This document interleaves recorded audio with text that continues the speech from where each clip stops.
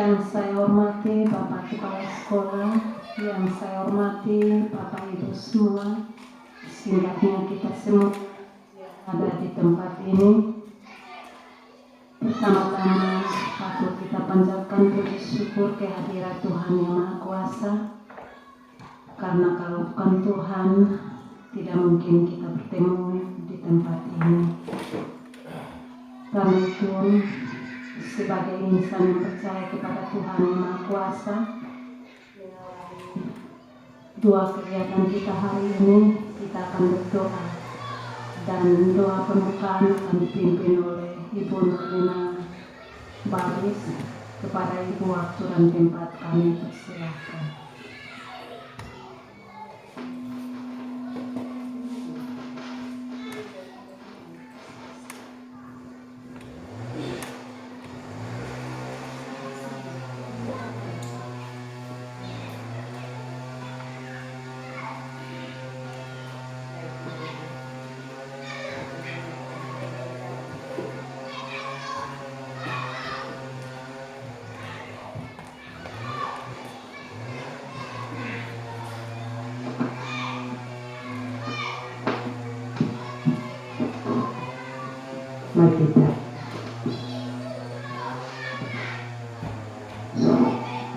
Mari kita menyatukan hati kita untuk masuk dalam doa.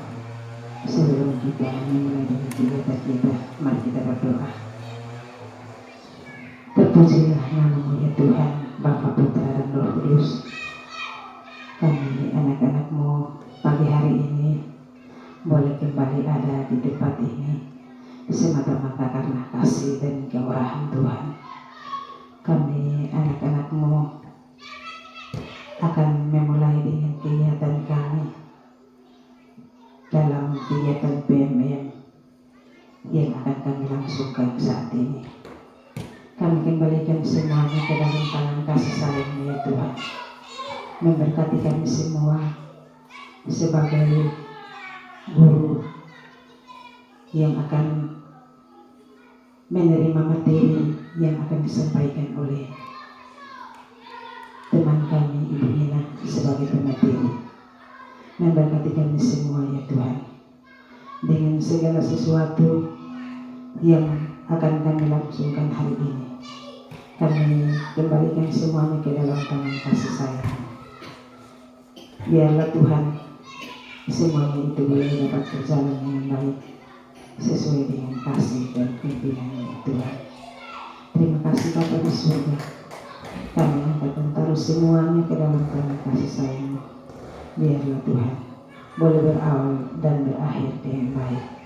Inilah kami ya Tuhan, sempurnakan doa kami. Hanya di dalam nama Tuhan Yesus kami berdoa. Amin.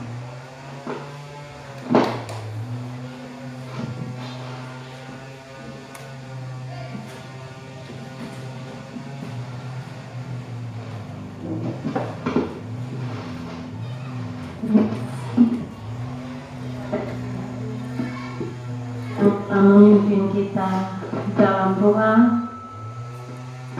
dan kita akan berpindah kepada acara yang berikut, yaitu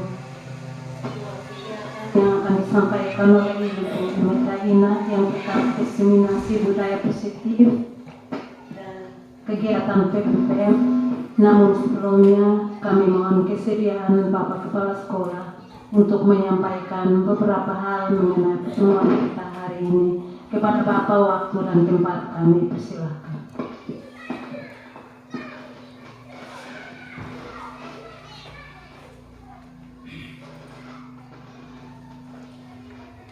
Terima kasih waktu yang saya peroleh dari MC untuk boleh menyampaikan hal-hal berkaitan dengan kegiatan kita pada hari ini.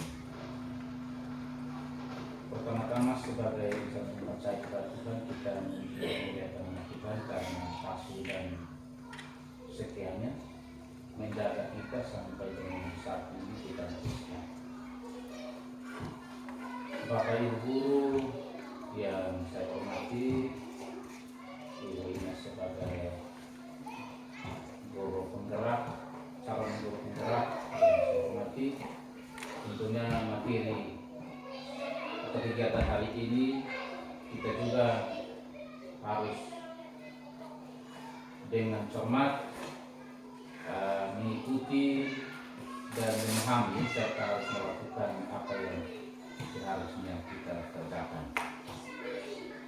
Sebagai awal kegiatan ini, sebelum kita memulai, saya yakin bahwa dengan adanya kehadiran kita di sekolah dan tugas yang semakin hari semakin bertambah dan kemajuan ilmu pengetahuan dan teknologi, kita juga harus menjemput kegiatan ini sebagai langkah yang positif untuk kita bisa ambil bagian dan memahami serta mencermati lalu melakukan hal-hal yang terbaik demi kemajuan pendidikan khusus di SD Perspektif.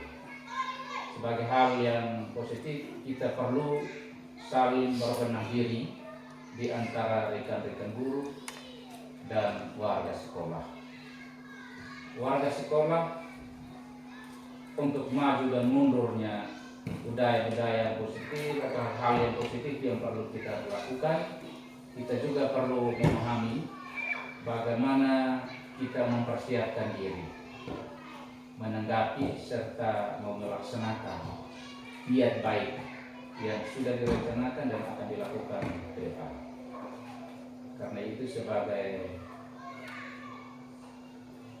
guru kita perlu memiliki tanggung jawab yang baik terhadap kelancaran tugas kita di sekolah, sebagaimana yang kita ketahui ada 2 kegiatan yang akan kita ikuti.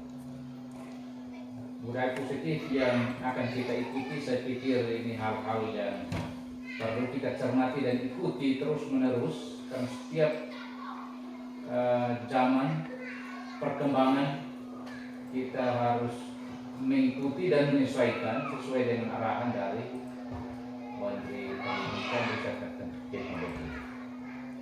Sebagai tanggung jawab sebagai guru adalah PNN. PNN ini demi kinerja masing-masing guru ke depan, bukan hanya saja saat kita ada di kelas, tetapi saat kita ada di luar kelas, termasuk di lingkungan sekolah kita.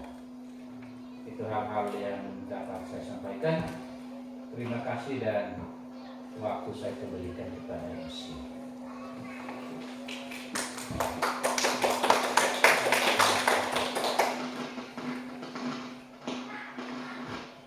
Terima kasih kepada Bapak yang telah menyampaikan beberapa hal menyangkut dengan pertemuan kita hari ini, dan kita akan kepada acara Injil, yaitu kegiatan pertama menyangkut diseminasi budaya positif yang akan disampaikan oleh Ibu Merdalina.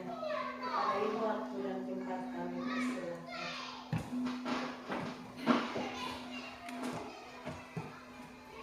Baik, terima kasih untuk waktu dan kesempatan yang saya peroleh. Yang saya hormati Bapak Kepala Sekolah serta teman-teman guru. Pertama-tama kita patut bersyukur kehadiran Tuhan Yang Maha Esa karena atas berkat, kasih setia dan penyertaannya. Pada pagi hari ini kita semua dapat berkumpul demi melaksanakan kegiatan yang saya rasa cukup bermanfaat ini. Saya juga menyampaikan terima kasih kepada Bapak Kepala Sekolah karena telah mendukung kegiatan ini, dan juga terima kasih kepada teman-teman guru di tengah kesibukan menyiapkan penilaian untuk semester akhir, tapi masih menyempatkan diri untuk hadir pada kesempatan ini. Jadi hari ini saya akan menyampaikan beberapa materi dalam modul 1.4 yang telah saya pelajari, dan saya akan menyampaikannya kepada rekan-rekan sebagai salah satu tugas aksi nyata saya di modul 1.4. Jadi kegiatan kita hari ini yaitu diseminasi budaya positif. Oleh saya sendiri, calon guru penggerak angkatan 10 dari Kabupaten Timur Tengah Selatan, terkhusus SD Impres Taekyu. Sebelum mulainya, saya akan membacakan satu pantun dari Jepang, Kerja Romusa. Kerja Rodi punya penjajah, tebarkan senyum di hari Selasa, semoga dunia terasa indah. Cakep. Jadi di sini budaya positif. Budaya positif merupakan perwujudan dari nilai-nilai atau keyakinan universal yang diterapkan di sekolah.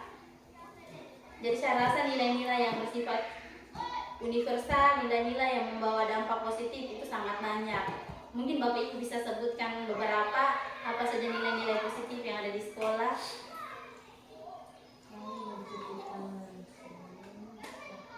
Oke, itu juga salah satu perbuatan positif, mencuci tangan atau nilai kebersihan. Apa ada yang lain? Baik, materi kita hari ini ada 6 bagian. Yang pertama itu disiplin positif dan nilai-nilai kebajikan universal. Yang kedua motivasi perilaku manusia. Yang ketiga kebutuhan dasar. Yang keempat posisi kontrol guru. Yang kelima keyakinan kelas. Dan yang keenam segitiga restitusi. Nah, untuk memperdalam pemahaman kita, sebelumnya saya ajak kita untuk bermain dahulu. Di sini ada satu permainan coba buka. Bayangkan saja, ini kita hanya sampaikan. Kita bayangkan saja, coba Bapak Ibu genggam kepala tangan seperti ini. Bayangkan saja, di dalam kepala tangan ini sesuatu yang sangat berharga. Contoh Manor punya sesuatu yang sangat berharga yang di dalam ini. Yang Manor pegang ini sangat berharga. Terus ada teman dekat, ada orang-orang terdekat, orang-orang istimewa mau minta. Kira-kira mau dikasih atau tidak? Kira-kira Manor mau kasih atau tidak yang ada di Manor tangan? Kalau satu orang minta dengan bujukan, dengan rayuan bahwa nanti saya akan kasih uang, nanti saya akan kasih, pokoknya iming-iming yang lain. Kira-kira mau kasih atau tidak? Atau yang lain? Ini kita saling berbagi saja, tidak tanya siapa benar, siapa salah. Di momen ini kita hanya saling berbagi, saling tukar pikiran, hal-hal apa yang kita mau lakukan bersama juga kita akan sama-sama bahas hari ini. Atau Pak Tahuli, kira-kira yang di sini Pak Tahuli mau bagi atau tidak? Ini berharga, ini pasti kalau berpikir dulu bisa. Oke, tidak apa-apa. Itu pendapat Pak Tahuli. Tepuk tangan buat Pak Tahuli deh. Kalau menurut Pak Tahuli sangat berharga, jadi dia akan pikir dulu mau bagi atau tidak. Terus yang lain, kalau ibu santri mau bagi atau tidak? Kalau sesuatu yang sangat berharga, saya terima kasih untuk orang lain. Baik, terima kasih untuk ibu santri. Ibu santri merasa itu sangat berharga, jadi kalau berharga dia tidak akan bagi untuk orang lain. Oke. Jadi di sini ada pertanyaan lagi. Anggap saja tadi kita bermain dengan si B. Apakah Anda atau B membuka kepalan tangan Anda? Mengapa alasannya? Terus sebagai B tadi, apakah kamu menutup kepalan tangan Anda? Mengapa alasannya juga menutup kepalan tangan? Terus ke pertanyaan ketiga, dalam kegiatan ini sesungguhnya siapa yang memegang kendali atau kontrol dalam membuka atau menutup tangan adalah diri kita sendiri. Tidak ada orang lain yang atur kita yang berhak mengontrol diri. Saya mau kasih urusan saya tidak mau kasih juga urusan saya.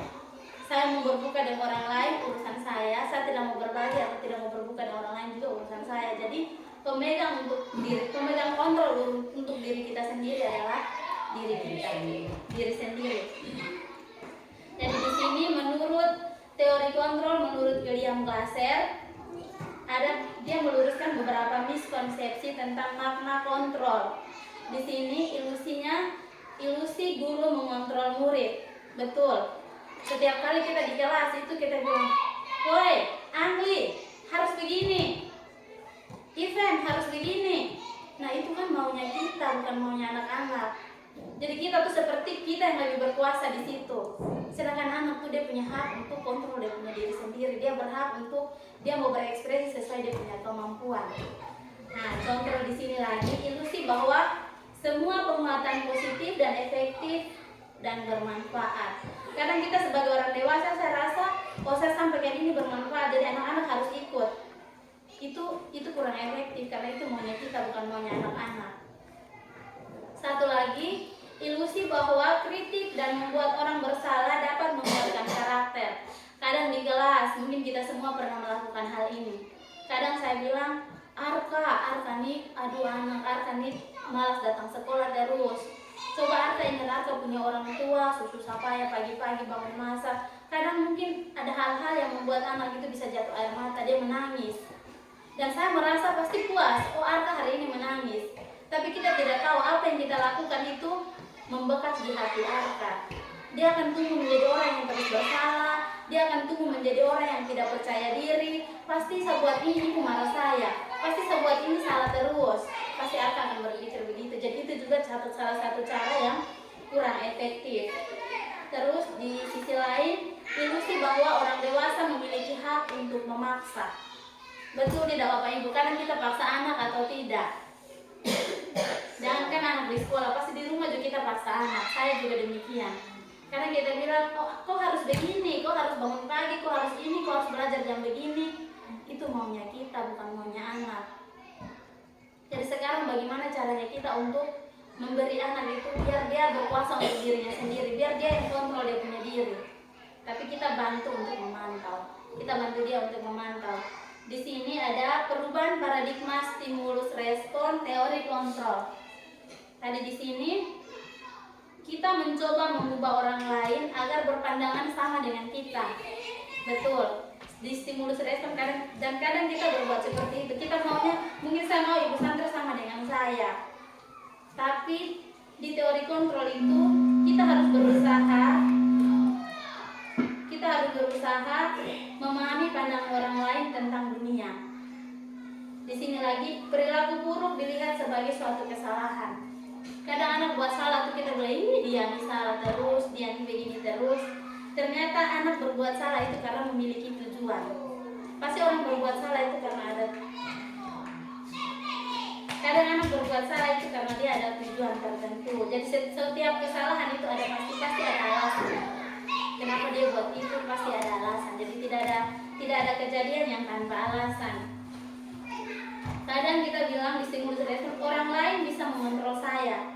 Pak Sepri bisa mengontrol saya. Sebenarnya tidak. Hanya Anda sendiri yang bisa mengontrol diri Anda gitu. Terus ada lagi pemaksaan itu ada saat bujukan gagal. Yang seharusnya itu kolaborasi dan konsensus menciptakan pilihan-pilihan baru. Terus contoh yang saat ini kita ketemu anak bilang anak gagal dalam belajar, kita bilang Angli kok harus belajar ini, kok harus begini. Tidak usah, biarkan Angli cari sendiri masalah untuk dia punya diri. Kadang dia tidak suka matematika, mungkin dia lebih senang di mata pelajaran lain. Kadang dia tidak suka menyanyi, mungkin dia lebih senang menggambar. Terus nah, disiplin positif tadi ini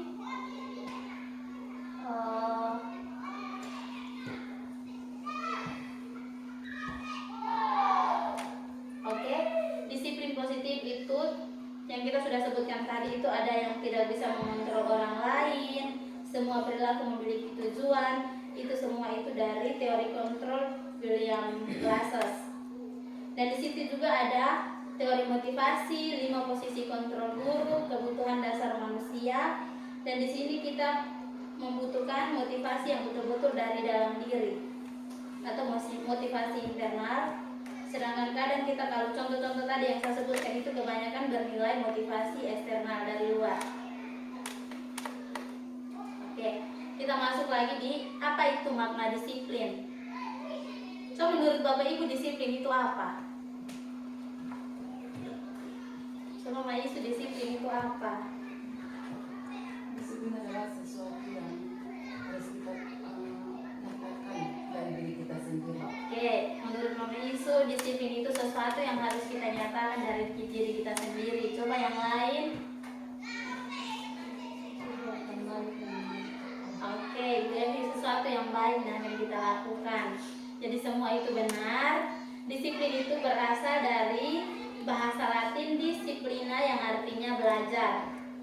Makna asal dari kata ini berkonotasi dengan disiplin diri dan murid-murid menurut Socrates dan Plato. Disiplin diri membuat orang lain menggali potensinya menuju sebuah tujuan apa yang dia hargai. Namun dalam budaya kita, makna disiplin telah berubah menjadi sesuatu yang dilakukan seorang pada orang lain untuk mendapatkan kepatuhan. Kecenderungan umum adalah menghubungkan kata disiplin dengan ketidaknyamanan, bukan dengan apa yang kita hargai atau pencapaian suatu yang mulia. Oke, sekarang saya mau tanya lagi dulu. Tanya waktu ibu kurang semangat ini. Nilai-nilai kebajikan universal itu apa saja? Nilai-nilai yang ada di sekolah, nilai apa saja? Di sini kita tidak benar salah, semua yang kita sebut itu benar. Nilai-nilai apa saja yang ada di sekolah? Sopan santun, betul. Kejujuran, betul. Disiplin, betul. Pak, nilai-nilai kebajikan universal itu apa? Nilai-nilai yang ada di sekolah. Gotong royong, betul. Apalagi? Jadi semua yang kita sebut tadi itu sudah mengacu ke sini. Jadi di sini nilai-nilai kebajikan adalah sifat-sifat positif manusia yang merupakan tujuan mulia yang ingin dicapai setiap individu. Nilai-nilai tersebut bersifat universal dan lintas bahasa, suku, bangsa, agama maupun latar belakang. Setiap perilaku atau perbuatan memiliki tujuan. Itu menurut teori William Glasser. Dengan mengaitkan nilai-nilai kebajikan yang diyakini seseorang, maka motivasi intrinsiknya akan terbangun, sehingga menggerakkan motivasi dari dalam untuk mencapai tujuan mulia yang diinginkan. Jadi nilai-nilai yang ingin dicapai tadi, nilai-nilai kebajikan yang ingin dicapai oleh setiap anak Indonesia, kita kenal dengan profil pelajar Pancasila. Ada 6. Apakah Bapak Ibu masih ingat? Nilai-nilai profil pelajar Pancasila apa saja? Berkebinekaan global, terus beriman dan bertakwa kepada Tuhan Yang Maha Esa, terus gotong royong, apa lagi? Kreatif, bernalar kritis. Sekarang saya mau tanya lagi. Kira-kira Bapak Ibu semenjak melihat nilai-nilai yang ada itu, Bapak Ibu kita semua nih pingin tidak anak-anak kita memiliki nilai-nilai yang ada di sana? Ingin tidak? Iya. Jadi saya salah satu orang yang senang sekali, dan saya juga punya impian bahwa nilai-nilai ini harus ada di diri anak-anak kita, supaya kita semua dapat bekerja sama dalam mewujudkan profil pelajar Pancasila. Oke, sekarang kita masuk di teori motivasi perilaku. Di sini ada 3 poin penting. Yang pertama itu untuk menghindari ketidaknyamanan atau hukuman. Contoh untuk kita guru dulu. Contoh Bapak kepala sekolah menyuruh kita untuk menghadiri pelatihan. Pasti saya akan bertanya, kira-kira saya ikut pelatihan nih, nanti saya akan buat apa, saya dapat apa? Pasti begitu. Kalau saya tidak ikut, bagaimana? Pasti Bapak marah saya kok kalau saya tidak ikut pelatihan. Jadi itu tuh motivasinya dari luar, motivasi eksternal, bukan motivasi dari diri. Terus yang kedua, untuk mendapatkan imbalan dari orang lain atau institusi. Contohnya, kira-kira saya ikut ini pelatihan, saya dapat sertifikat atau tidak? Kira-kira saya dapat uang transfer atau tidak? Contohnya begitu. Jadi itu semua itu motivasi dari eksternal. Yang kita butuhkan itu motivasi betul-betul dari dalam diri. Jadi di sini ada poin ketiga itu untuk menghargai diri sendiri. Saya akan menjadi seorang yang seperti apa bila saya melakukan ini. Contohnya, kita di sini kita pasti ingin kita punya anak jadi dokter. Tapi dokter yang bagaimana dulu? Jangan sampai besok-besok anak jadi dokter yang memang ada sikap sombong, ada sikap kayak merasa lebih hebat. Tapi yang kita mau itu kita tanamkan anak-anak betul-betul jadi dokter yang melayani orang, ramah, sopan. Dia punya perhatian kepada masyarakat umum. Dan itu yang perlu kita tanamkan dari anak sejak dini. Nah di sini menurut Ki Hajar, merdeka itu artinya tidak hanya terlepas dari perintah, juga cakap, akan tetapi buat memerintah sendiri. Bagaimana kita harus berani perintah diri sendiri. Oke.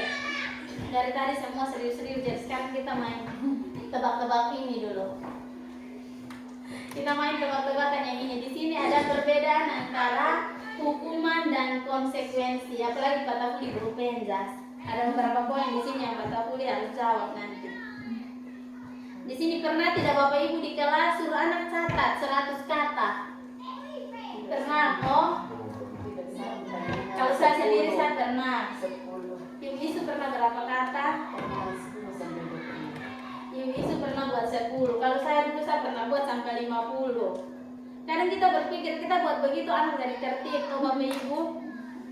Betul.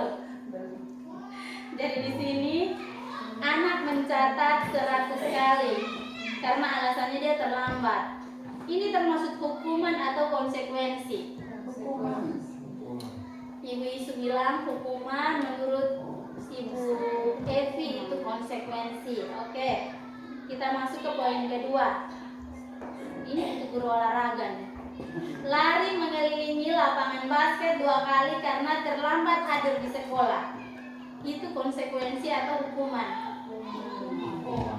Itu hukuman. Oke. Murid diminta untuk push up 15 kali karena tidak menggunakan masker ke sekolah. Hukuman. Oke. Menggantikan kertas tugas teman yang telah dicoret-coret. Konsekuensi. Membersihkan tumpahan air di meja tulis karena tersenggol pada saat belajar.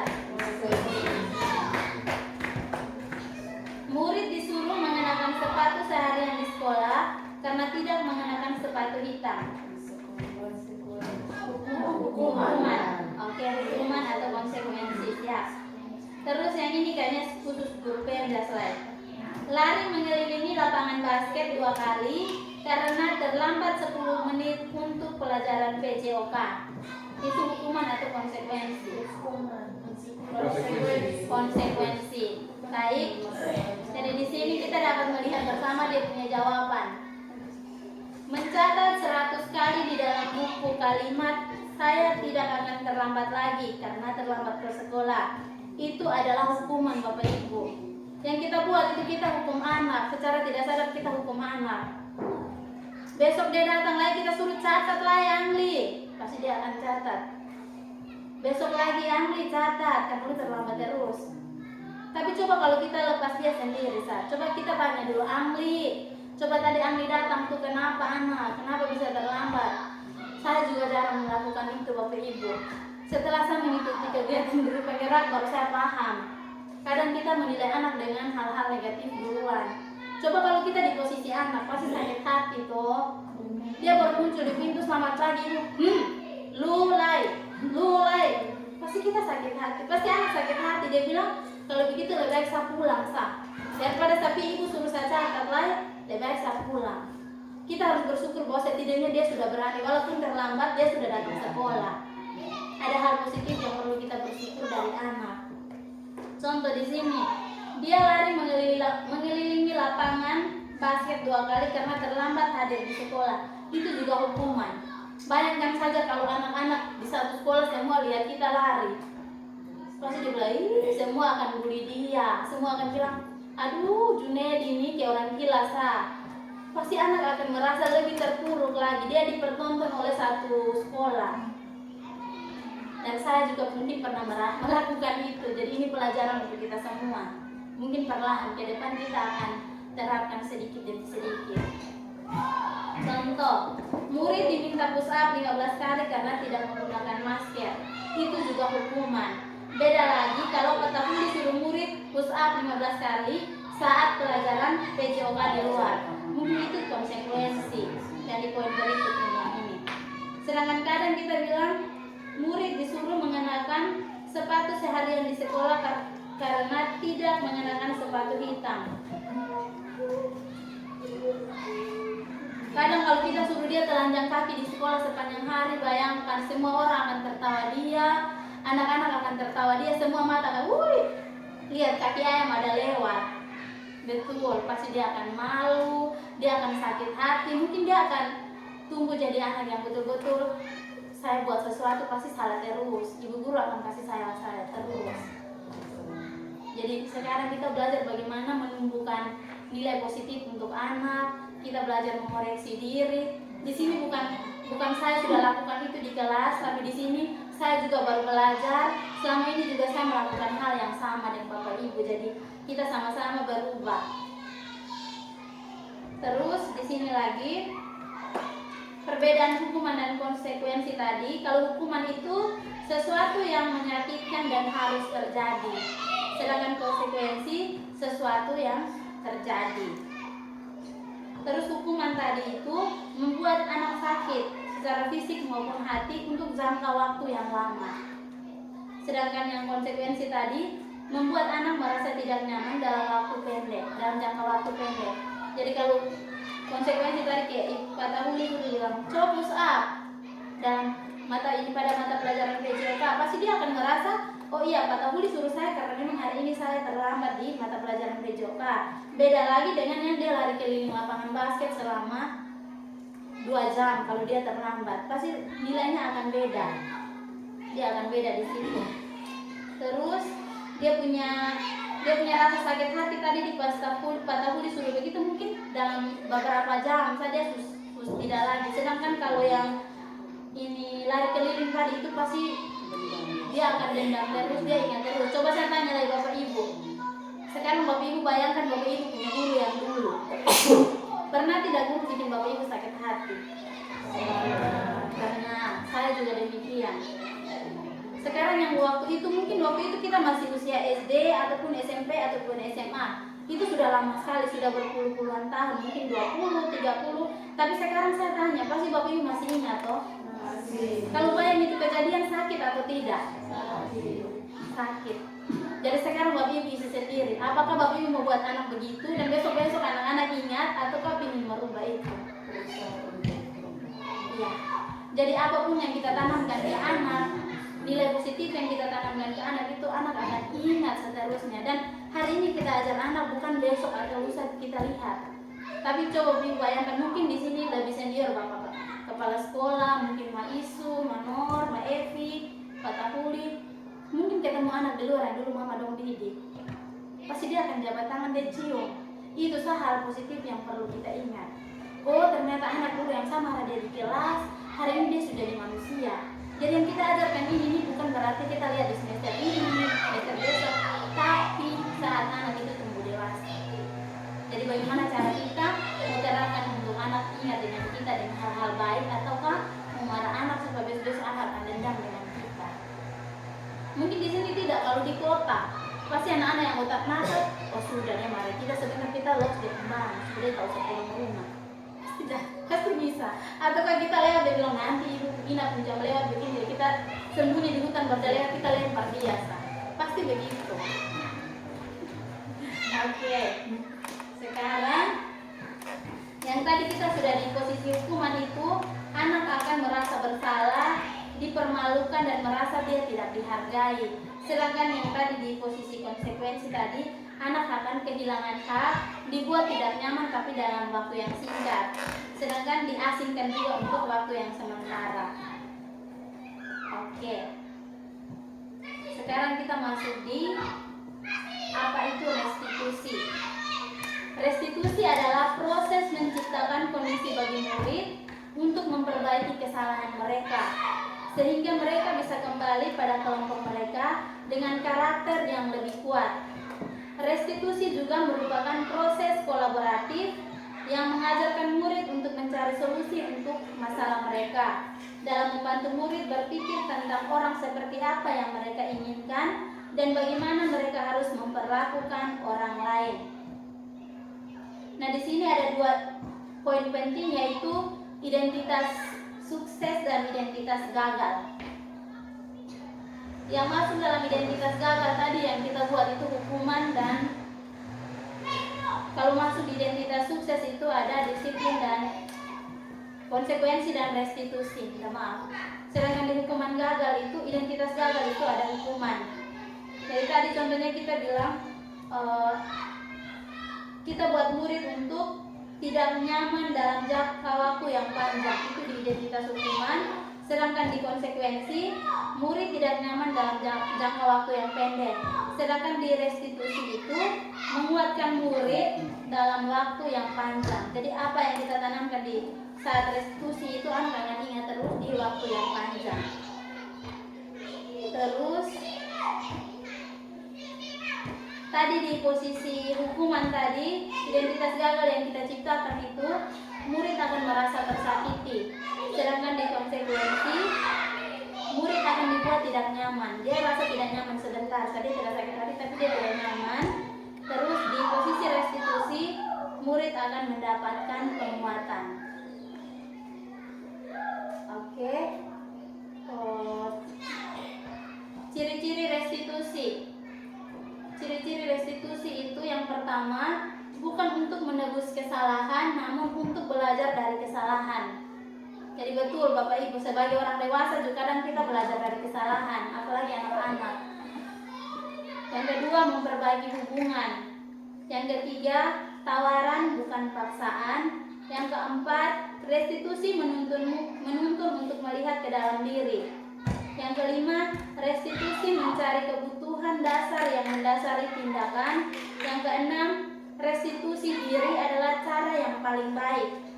Yang ketujuh, restitusi fokus pada karakter bukan tindakan. Restitusi fokus pada solusi. Yang kesembilan, restitusi mengembalikan murid yang berbuat salah pada kelompoknya. Baik, sekarang kita masuk ke keyakinan kelas. Nah, saya tanya lagi Bapak Ibu, kira-kira keyakinan, kenapa harus keyakinan kelas bukan peraturan kelas? Ada beda kok peraturan kelas dengan keyakinan kelas? Beda. Oke. Di sini ada beberapa pertanyaan. Yang pertama, mengapa kita memiliki peraturan harus menggunakan helm bila mengendarai kendaraan roda 2? Oke, menjaga keselamatan, melindungi diri, supaya jangan kecelakaan, betul. Apalagi ada yang kadang kita harus pakai helm takut kena tilang, pasti betul. Terus yang kedua, mengapa kita memiliki peraturan menggunakan masker dan mencuci tangan setiap saat? Oke, betul, itu adalah bagian dari menjaga kesehatan. Yang ketiga, mengapa kita memiliki peraturan harus datang tepat waktu pada saat mengikuti pelatihan? Bertanggung jawab, menghargai waktu. Oke.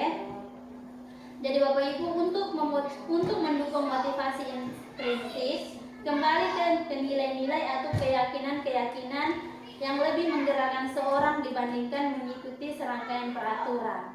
Jadi Bapak Ibu, nilai-nilai keyakinan itu nilainya lebih tinggi dibanding peraturan. Kenapa tadi saya tanya di atas? Mengapa harus keyakinan kelas bukan peraturan kelas? Di sekolah ada yang buat peraturan kelas kok, di kelas. Ada atau tidak? Oke, betul, di kelas kita memang buat peraturan kelas. Nah, di sini keyakinan kelas berdasarkan kesepakatan bersama dan bersifat universal. Sedangkan peraturan kelas biasanya dibuat oleh guru dan bersifat satu arah. Contoh,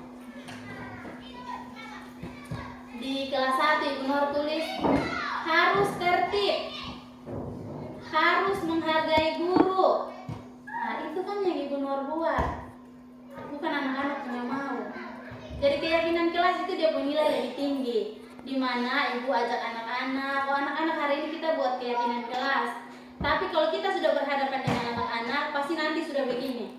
Jangan bakal ibu, jangan nyontek ibu. Nah, bagaimana cara kita supaya kata-kata atau kalimat-kalimat yang tadi diungkapkan anak itu kita ubah dia menjadi kalimat yang lebih positif.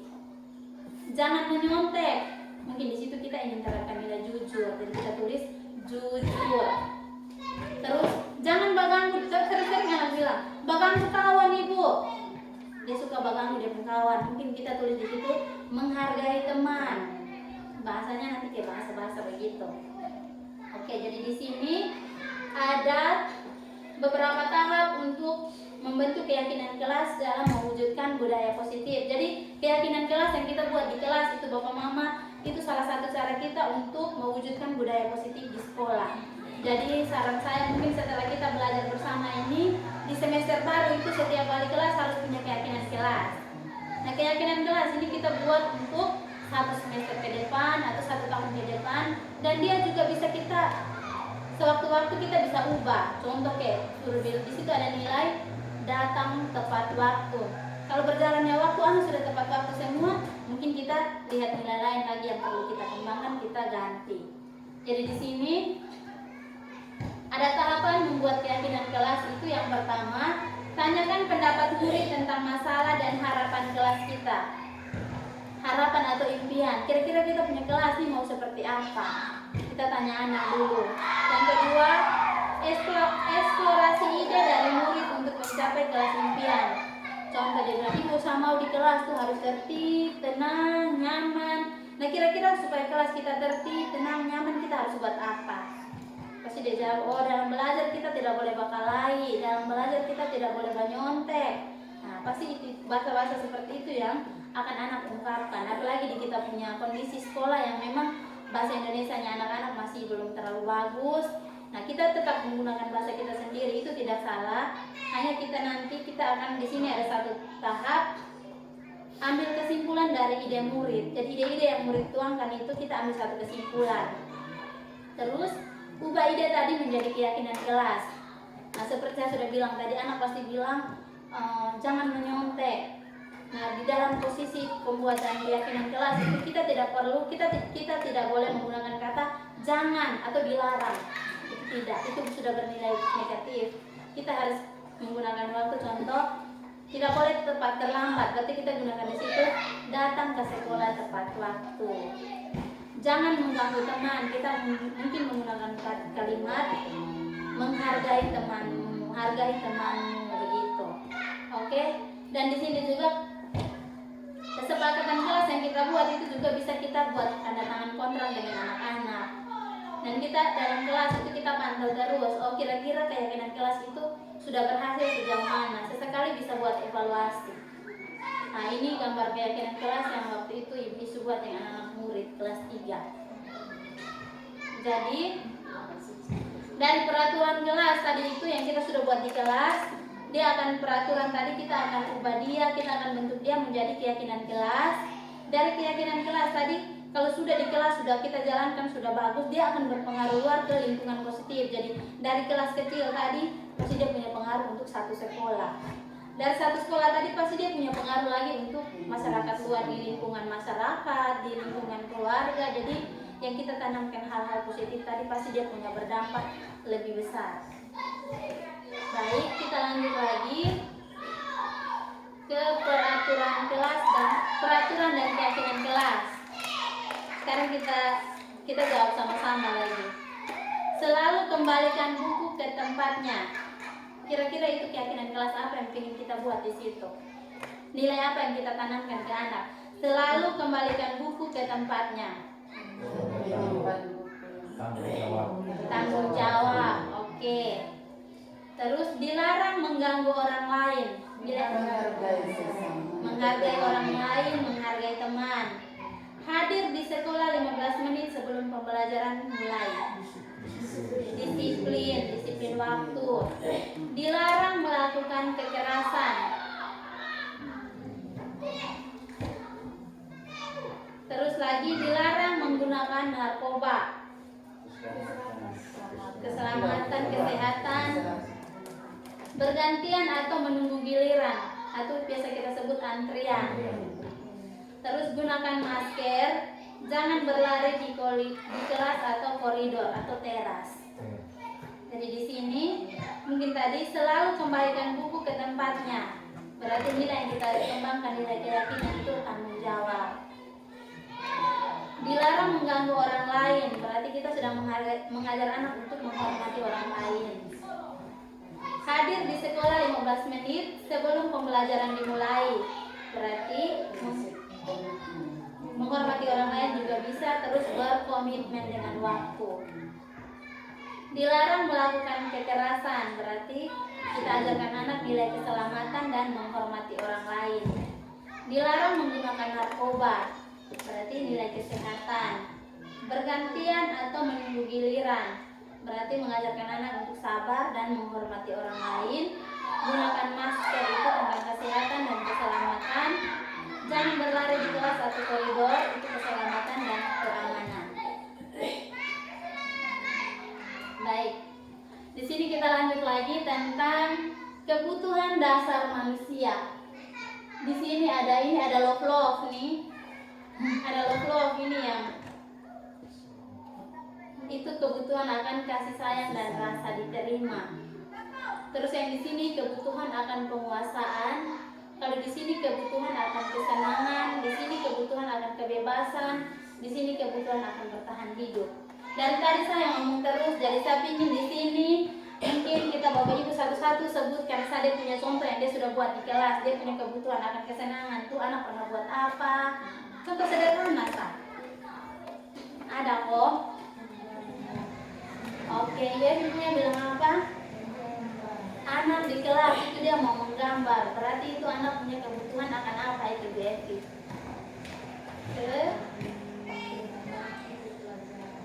Oke, berarti itu anak punya kesenangan untuk mengikuti pelajaran dengan menggambar. Berarti di sini anak butuh kesenangan. Oke, jadi di sini kebutuhan dasar manusia itu apa? Yang kita butuhkan itu apa? Pakaian, makanan, minuman juga bisa. Ada yang orang bilang kebutuhan akan pakaian, pangan, sandang, dan papan. Betul. Jadi itu juga anak-anak butuh toh. Atau kita ibu guru dan bapak guru saya butuh. Anak-anak juga butuh yang sama.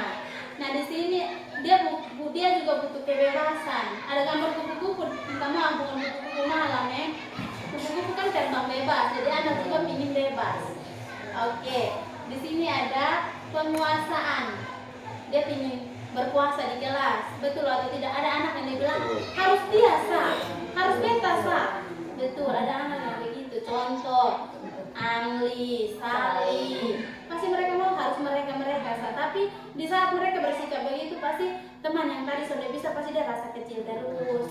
Oh sedikit-sedikit pasti nanti ibu suruh Amli, sedikit-sedikit pasti ibu suruh Sali. Terus saya biar BB hanya bermain sah. Pasti begitu.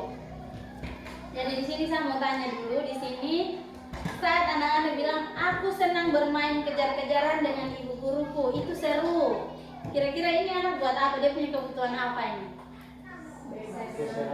Kesenangan. Bayangkan saya kalau suatu saat Junedi datang bilang ibu coba kejar beta. Nah kadang pasti kita marah. Junedi ini pikir ibu sudah ada kerja kok, pasti kita marah.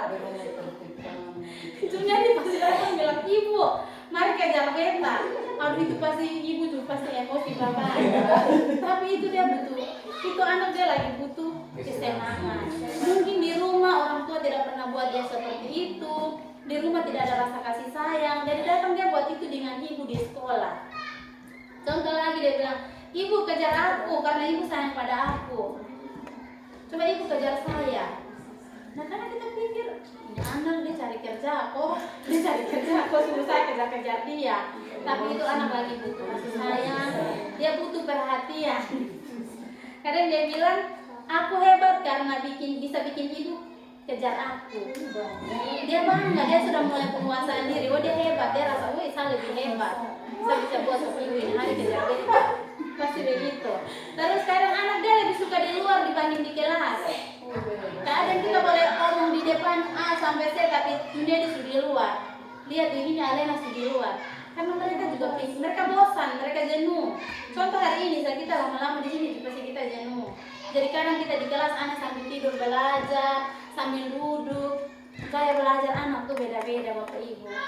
Termasuk kita juga pasti begitu. Ada anak yang memang dia senang belajar sambil lihat video, itu dia cepat tangkap.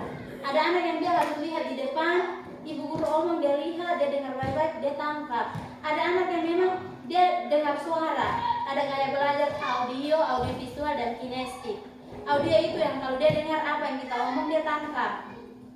Kalau visual tadi yang kita tayangkan seperti ini dia lihat dan dia ingat terus. Sedangkan kinestik itu dia perlu ada ice breaking, ada gerak-gerak atau ada kegiatan lain yang dia melibatkan dia punya otot dan gerak-gerakan tubuh itu baru dia ingat. Jadi gaya belajar anak juga beda-beda. Nah di sini tadi kita masuk ke posisi kontrol guru. Nah di sini ada 5 posisi kontrol guru. Kadang guru itu bersikap sebagai penghukum, sebagai pembuat orang merasa bersalah, sebagai teman, sebagai pemantau dan sebagai manajer. Contoh, kita bertindak sebagai penghukum. Arka sudah datang pagi-pagi, selamat pagi ibu. Nanti saya sudah langsung, Arka nih, secubit, sepukul. Nah, ternyata yang saya buat itu salah.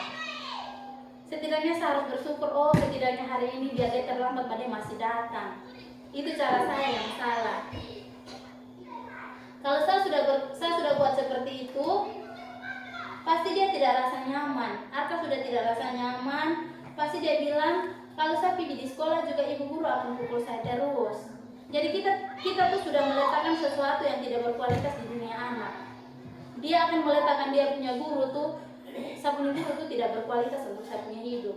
Karena yang ada pada guru, saya pergi dan dia siksa saya pergi dan dia cubit saya. Dia akan bikin saya sakit hati terus. Dan anak akan apa? Dia akan mengulangi kesalahan yang sama. Dia bilang paling saya pergi, ibu pukul saya, habis itu sudah. Besok ulang lagi.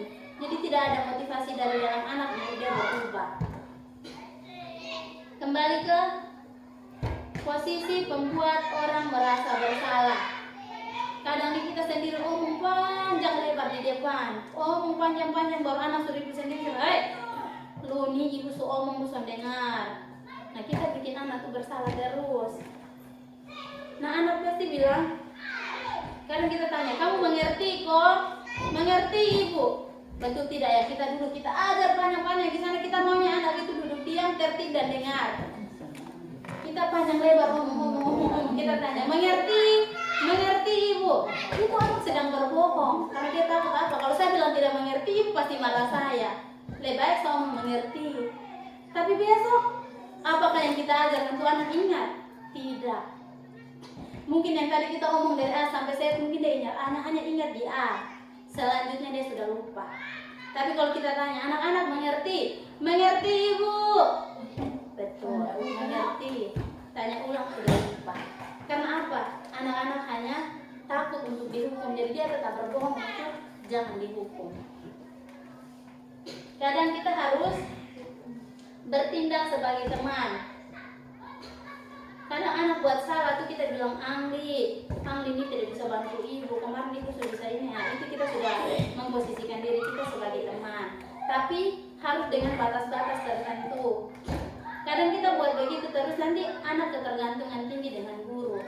Jadi pintar-pintarnya kita untuk mengatur posisi kita. Terus yang berikut lagi sebagai pemantau. Yang terakhir itu sebagai manajer. Nah, yang dibutuhkan sebagai manajer, yang kita perlu terapkan itu kita sebagai manajer. Jadi kalau anak buat salah kita langsung bilang, Arka ini begini-begini, langsung marah-marah, ceramah-ceramah. Kita panggil dia, Arka coba mari sini dulu. Ibu tanya, Arka tidak datang sekolah ini karena apa? Pasti dia dengan dia punya kelemahan, dia punya apa, pasti dia akan jawab. Ketimbang kita sudah duluan dengan kata-kata nada tinggi, pasti dia tidak mau. Kita boleh marah sampai kita emosi sudah berujung, pasti dia akan tetap diam. Betul tidak Bapak Ibu? Pernah temukan di kelas toh? Kita dengan emosi kita semua panjang lebar dia akan diam. Dan itu yang bikin kita tambah marah. Coba kita tanya pelan-pelan. Coba mulai dengan sentuh dia. Arka ibu sudah marah, ibu mau tanya saya. Coba Arka sebut ke ini, kasih tahu ibu, kenapa Arka tidak datang? Pasti dia bilang, ibu saya mau ikut saya punya mama, karena saya tidak bisa jauh sama mama. Oh iya tidak apa-apa, tapi Arka harus ingat, kira-kira Arka ikut dengan mama terus, Arka ketinggalan pelajaran di sekolah atau tidak? Ketinggalan ibu. Jadi bagaimana caranya Arka supaya Arka jangan ketinggalan pelajaran? Pasti dia bilang, oh mungkin nanti saya akan kurang-kurangi waktu untuk ikut mama terus. Mungkin seperti itu. Jadi kita harus betul-betul beri anak waktu, beri anak kesempatan juga dia berpendapat dulu. Jangan langsung kita marah-marah. Oke. Contoh pernyataan-pernyataan tadi yang menggambarkan bahwa kita ini menghukum anak. Tadi contohnya, saya kecewa sekali dengan kamu. Kalimat-kalimat yang sering kita ungkapkan. Itu kalau kita ungkap bilang, saya kecewa sekali dengan kamu, maka anak itu dia akan merasa bersalah.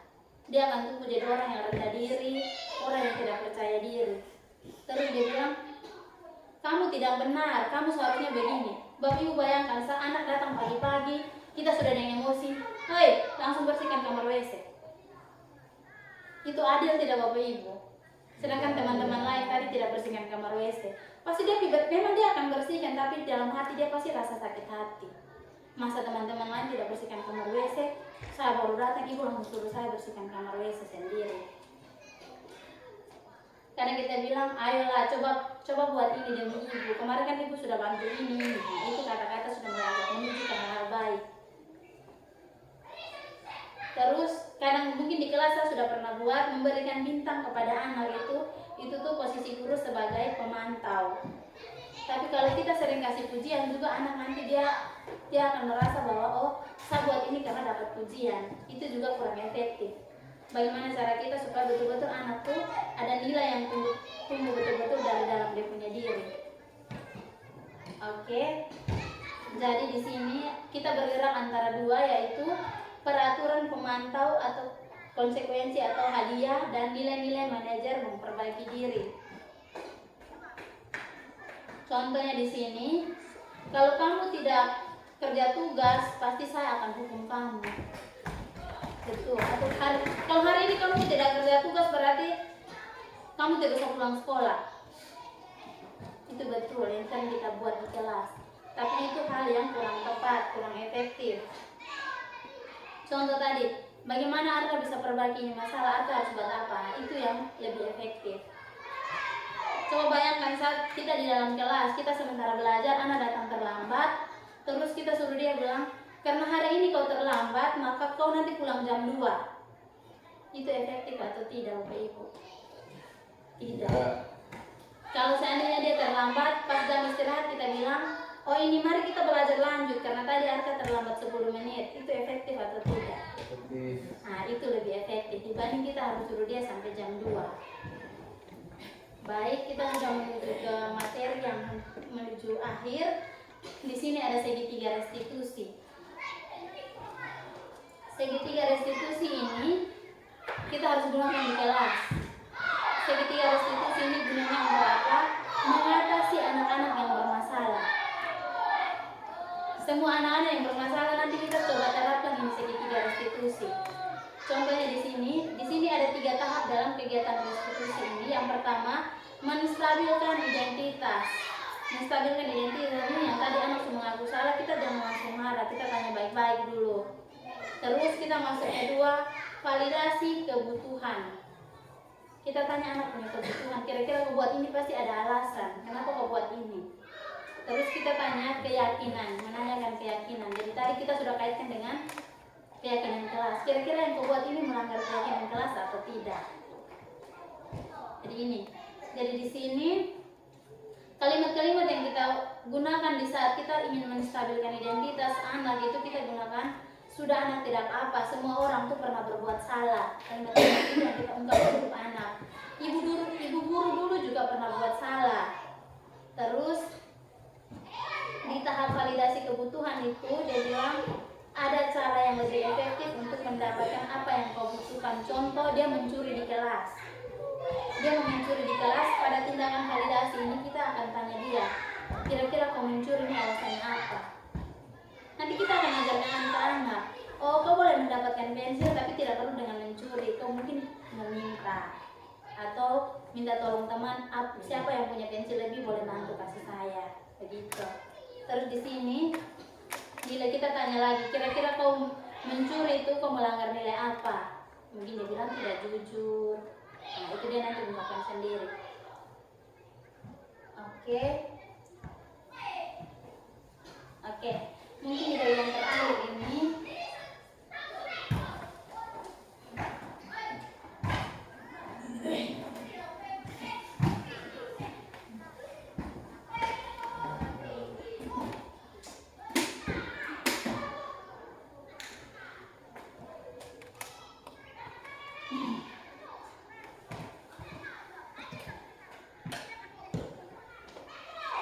saya sudah coba menerapkan restitusi di kelas, segitiga restitusi di kelas. Jadi mungkin kita bisa lihat di sini yang pernah saya lakukan dengan anak-anak kelas 5.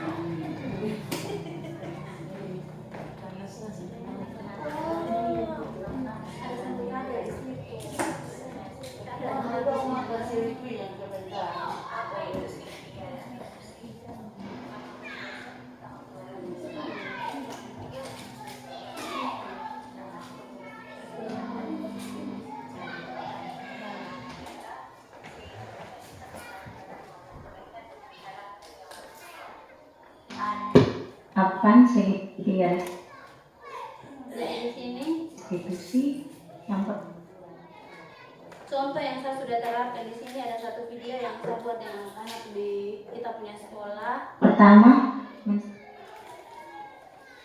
tentang segitiga restitusi.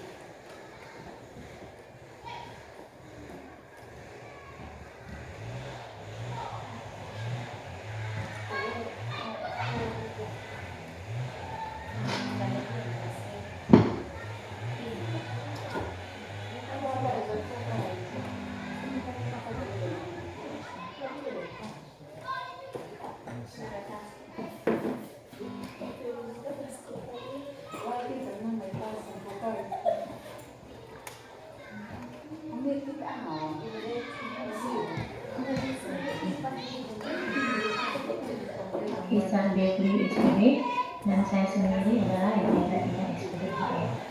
Apa itu segitiga restitusi?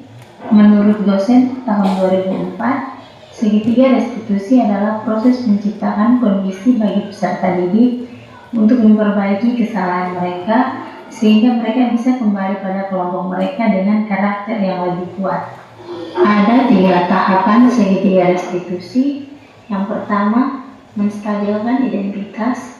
Yang kedua, validasi tindakan yang salah. Dan yang ketiga, menanyakan keyakinan. Yang pertama, menstabilkan identitas. Pada prinsipnya, membuat kesalahan adalah bagian dari proses pembelajaran. Yang kedua, menggeser identitas gagal ke identitas sukses. Validasi tindakan yang salah. Setiap perilaku berupaya memenuhi suatu kebutuhan tertentu. Guru akan bergeser dari stimulus respon menjadi proaktif. Mengenali dan mengakui kebutuhan murid akan memperbaiki hubungan baik dengan murid. Pada tahap menanyakan keyakinan, murid akan diberi pertanyaan-pertanyaan bermakna untuk memunculkan motivasi secara intrinsik, mampu mengaitkan keyakinannya dengan tindakan yang salah. Kasus yang pertama, Chelsea mengerjakan PR IPA di sekolah. Ia tidak mengerjakannya di rumah karena semalam ia mengikuti lomba cerdas cermat Alkitab di gereja. Tadi jadi buat apa? Kerja PR, mau PR IPA. Oh, ya kita tutup buku dulu. Nah ini jadi tidak kerja PR dulu masih punya alasan. Jadi buat apa? Kemarin saya mau cuci air di rumah. Oh, jadi itu mau jadi kerja PR. Ya, semua orang itu kalau banyak salah. Tapi dari dia bilang mau belajar ke sana. Oh, mantap. Jadi dari pagi bangun pagi itu dia sampai sekolah kenapa nggak tidak? Bagus, bagus. Walaupun dia tidak PPE, jadi sudah datang ke sekolah kalau tanya, kira-kira kalian jadi tidak PPE itu jadi melanggar keyakinan keras atau tidak? Keyakinan keras apa yang jadi melanggar? Tidak terpercaya. Nah, itu berarti jadi tidak tanggung jawab. Oke. Nanti ke depannya nanti jadi mau memperbaiki atau tidak? Bagaimana cara jadi untuk memperbaiki kesalahan ini? Berarti akan tetap waktu dalam mengerjakan PR itu sangat bagus. Itu bagus sekali. Jadi terima kasih Jati bagi baru belajar dari tadi di kelas. Kan saya jadi ekonomi. Saya dari sini dulu saya senang berkomunikasi dengan dunia. Saya membuat kesalahan tapi saya tidak dihukum. Saya diajak untuk memperbaiki kesalahan saya. Terima kasih. Kasus yang kedua, Yetni menyontek saat ujian.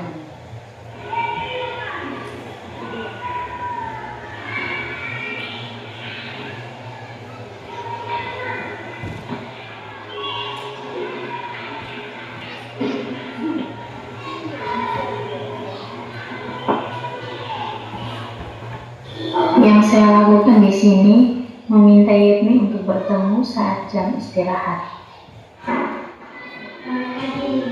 Selamat pagi Yetni. Yetni apa kabar? Baik. Oke, kira-kira Yetni kali dari itu ambil di sini. Tidak tahu. Yetni dari tadi itu ada teman-teman yang lapor kalau Yetni itu memang di kelas saat ujian betul. Tapi Yetni memang betul saja ada alasan Yetni toh. Pasti ada alasan Yetni memang karena apa? Oh Yetni memang karena itu ilmu yang tinggi. Jadi dalam semua orang itu pernah berkesalahan. Semua orang mengontek. Jadi teman-teman juga pernah begitu. Tadi ditanya kira-kira Yetni memang dari melanggar kesepakatan kelas atau tidak? Melanggar. Kesepakatan kelas apa yang dilanggar? Yetni tidak jujur. Oh tidak apa? Saya bilang kegiatan Yetni memperbaiki kebiasaan atau tidak? Memperbaiki dengan cara apa?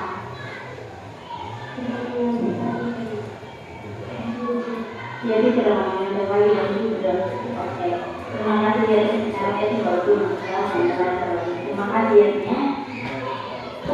Terus ibu dulu. Terima kasih Yetni. Nama saya dikenalkan. Saya siswa dari SD Universitas Baru. Saya senang berkomunikasi dengan ibunya.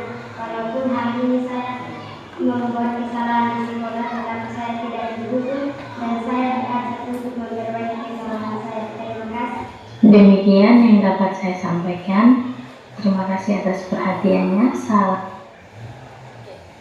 Baik, jadi tadi sedikit penyampaian materi dari saya kembalikan kepada Ibu Evi sebagai MC.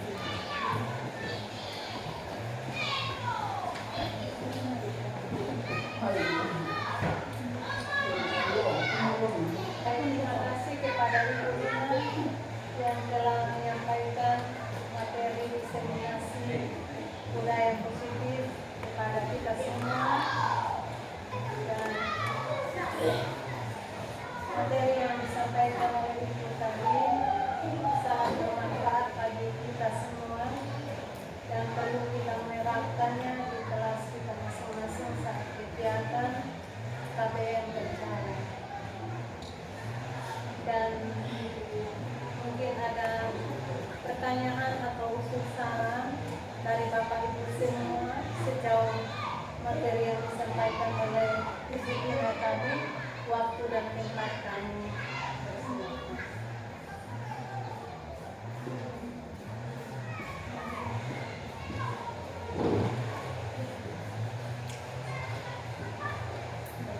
Terima kasih untuk waktu yang saya mau tanyakan. Kira-kira apa selesainya kegiatan kita hari ini? Kira-kira kegiatan ini bisa dibuat dalam bentuk laporan untuk menjadi dokumen dalam atau di sekolah kita. Yang kedua, dari pengamatan selama dari awal sampai akhir ini, mungkin kami namanya meminta ibu untuk bisa ada waktu untuk ke depan kami bisa memperoleh ilmu seperti ibu, walaupun tidak 100% lah kami kelas bawah seperti ini, tapi sekurang-kurangnya kita bisa bekerja bersama untuk kita saling melengkapi demi kebaikan kita dalam kelas kita masing-masing. Mungkin kesepakatan yang tadi kami dengan sendiri mengamati di tiap tayangan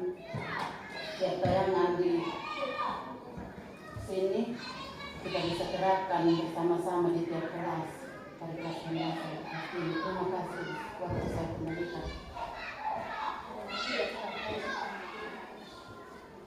Itu tadi pertanyaan dari Ibu Isu, mungkin masih ada lagi biar satu kali baru kita jawab satu kali. Masih ada yang ingin bertanya? Oh iya Bapak. Terima kasih kesempatannya. Hal pertama yang saya sampaikan,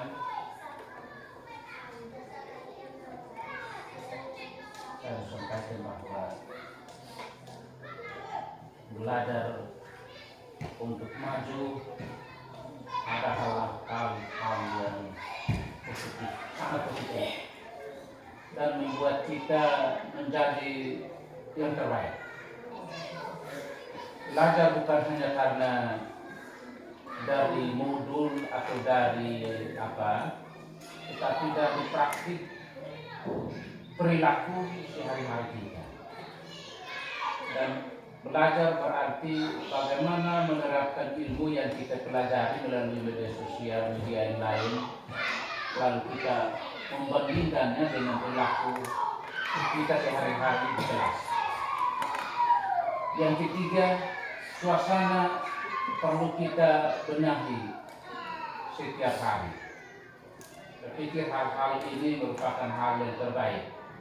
Dan karena itu saya senang pribadi dan teman-teman semua, terima kasih untuk kehadirannya dan materi yang disampaikan adalah hal positif yang saya tangkap. Saya pikir ini sangat luar biasa.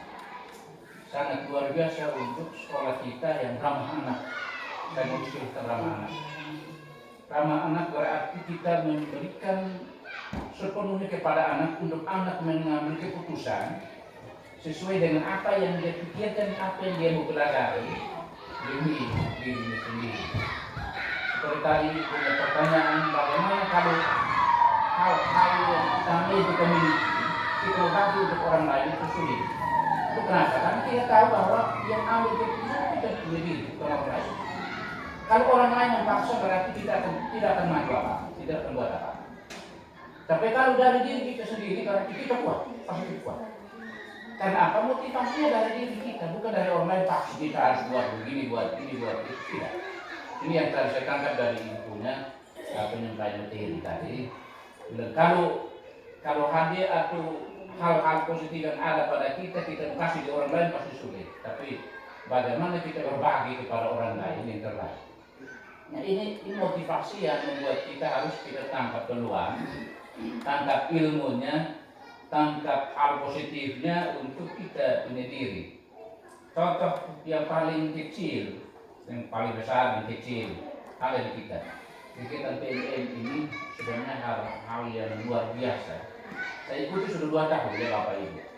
Sudah 2 tahun lalu kegiatan diklat, kegiatan bintek, workshop dan seterusnya. Saya ikut kegiatan berkaitan dengan pelatihan tentang penggunaan Chromebook. Sepanjang saya ikuti kegiatan ini hal saya bandingkan dengan teman-teman yang ada di sekolah lain yang punya Chromebook, itu beda jauh dengan kita. Ini menurut saya beda jauh. Ketika kemarin kita sharing dalam satu waktu, saya pikir ini hal yang positif. Kita di kota ini banyak sekolah yang memiliki Chromebook, tetapi tidak manfaatkan secara maksimal. Oleh karena apa? Nah, kembali pada Bapak Ibu guru. Kita merasa memiliki yang banyak-banyak, tetapi tidak memiliki niat positif dari diri kita untuk belajar, berubah, maka tidak bisa buat apa. Biar barang banyak tapi tidak bisa kita dapat. Dan itu yang hal yang saya sampaikan. Dan yang terakhir, ke depan ada aturan lagi untuk bagaimana menghadirkan seorang pengawas yang ada di lingkungan sekolah. Dan sementara ini ya setidaknya kita membaca bahwa teman-teman yang lain akan begitu menjadi pengawas sekolah, kepala sekolah dan seterusnya. Ini ada aturan mainnya saya sudah baca, tapi ya barangkali saya sampaikan supaya Bapak Ibu tahu. Untuk kedepannya kita yang belum, yang sementara belajar dan ikuti perkembangan, mari kita belajar. Kita jangan lihat orang lain yang belajar seperti ini kita lalu tidak. Mari kita ambil nilai positif yang sementara ini ada pada kita, ada pada orang lain. Kita belajar untuk kita sama-sama meningkatkan diri sendiri. Bukan hanya tujuan kita arahnya ke sana untuk sertifikasi dapat nilai uang sekian tidak. Tapi bagaimana memotivasi diri untuk kita berkembang sesuai dengan zaman sekarang ini.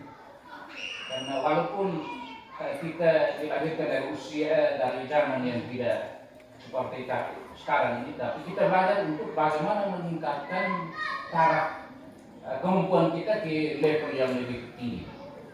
Saya pikir ini hal positif. Bapak Ibu silakan seperti kemarin yang disampaikan oleh Bapak Isa, Isu, Ibu Nur, Bapak Tabuli, teman-teman yang lain sementara ada yang PTK, kita belajar untuk ada dalam satu susana yang bukan hanya karena nikmatnya sebentar, tapi nikmatnya berdampak. Nikmatnya berdampak pada orang lain, bukan hanya diri sendiri, tapi orang lain.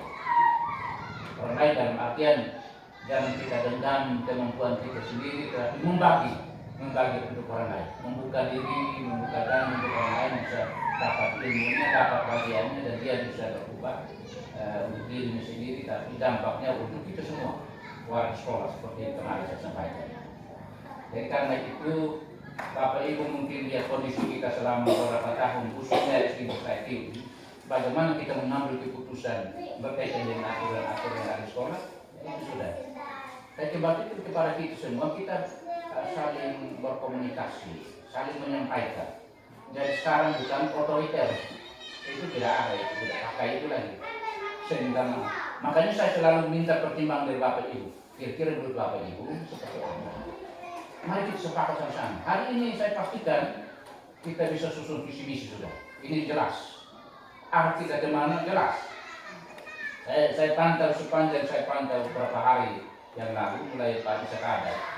Kita sudah lihat bagaimana kita menghadirkan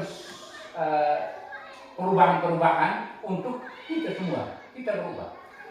Nah, pertanyaan khususnya, kenapa kok teman lain yang di sekolah lain yang punya Chromebook, punya komputer lebih atau iPad dan lain sebagainya, tetapi tidak manfaatkan secara maksimal mungkin untuk kemajuan sekolah mereka? Tidak. Ini nilai positif yang saya ambil dari kita di sekolah. Kita manfaatkan itu betul. Bukti kisah kelas 5 berbaru dengan lain. Itu hal yang luar biasa dan saya angkat Bapak Ibu kerja keras. Bukan saya. Bapak Ibu dengan teman-teman yang ikut kegiatan di Diklat atau pelatihan menurut kelompok itu. Jadi Bapak Ibu, hal positif ini mari ke depan, tahun depannya mudah-mudahan kita bisa kebagian lagi peralatan Chromebook atau komputer, sehingga ujian asesmen dan ujian akhir sumatif kita bisa pakai Chromebook atau laptop, yaitu kelas 5 atau kelas 6. Seperti terbiasa.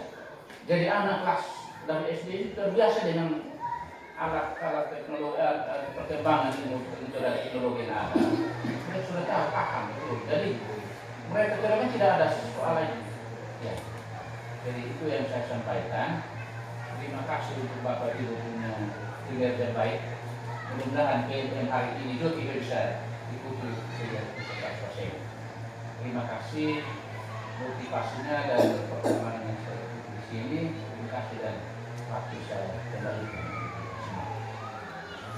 Baik, kita beri tepuk tangan. Baik, terima kasih juga. Mungkin motivasi luar biasa dari Bapak tadi. Mungkin jadi pelajaran bersama, kekuatan bersama, supaya kita di sini kita saling kerjasama. Karena mau sehebat apapun satu orang, dia tidak bisa bawa bangun ini sekolah sendiri. Kita harus kerja sama-sama, bergandengan tangan. Saya punya kelebihan di mana, saya bisa bagi teman-teman. Teman-teman punya kelebihan di mana, bisa berbagi dengan saya. Karena saya berdiri di sini, bukan saya yang paling hebat, bukan. Ataukah saya yang paling tahu, bukan. Semuanya Bapak Ibu sudah lakukan, semuanya kita sudah alami langsung di kelas. Hanya di sini bagaimana kita mempertajam kembali kita punya memori, kita punya ingatan apa yang pernah kita buat. Oh itu mungkin tadi restitusi, pasti Bapak Ibu sudah pernah buat di kelas juga. Hanya tidak tahu, oh itu bagian apa. Hari ini baru tahu, oh ternyata yang saya buat itu termasuk masuk dalam kategori restitusi, budaya positif segitiga restitusi. Semuanya Bapak Ibu sudah lakukan. Jadi mungkin saya akan menjawab pertanyaan dari Ibu Isu tadi, apakah ini bisa buat laporan?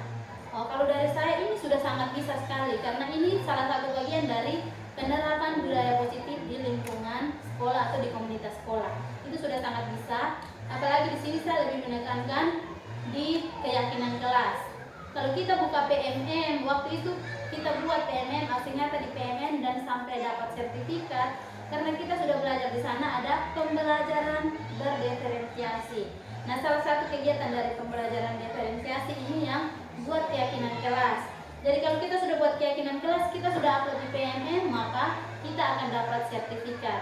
Nah, gunanya sertifikat tadi apa? Kita bisa jadikan bukti dukung di saat pengisian PMM seperti sekarang. Oke, terus yang kedua, kedepannya Ibu berniat seperti ini. Saya juga sangat salut dengan Ibu punya kemampuan, Ibu punya kemauan besar, dan selagi saya masih di sini, saya yakin pasti kita nanti akan terus bekerja sama. Dan sekali lagi saya ingatkan, bukan saya yang paling hebat, bukan saya yang paling tahu. Kita semua tahu, kita semua sama-sama bisa, dan yang lebih saya tekankan adalah kita berkolaborasi. Terus untuk yang dari Bapak Kepala Sekolah, terima kasih banyak penguatan dan motivasinya untuk kami semua. Di sini saya mengakhiri, saya hanya punya satu kalimat satu kata bahwa guru yang hebat itu bukan guru yang bersertifikasi, guru yang hebat bukan guru yang mahir kerja PMM, guru yang hebat bukan guru yang bisa IT, guru yang hebat adalah guru yang dirindukan murid di kelas. Sekian dan terima kasih. Terima kasih untuk semua partisipasinya.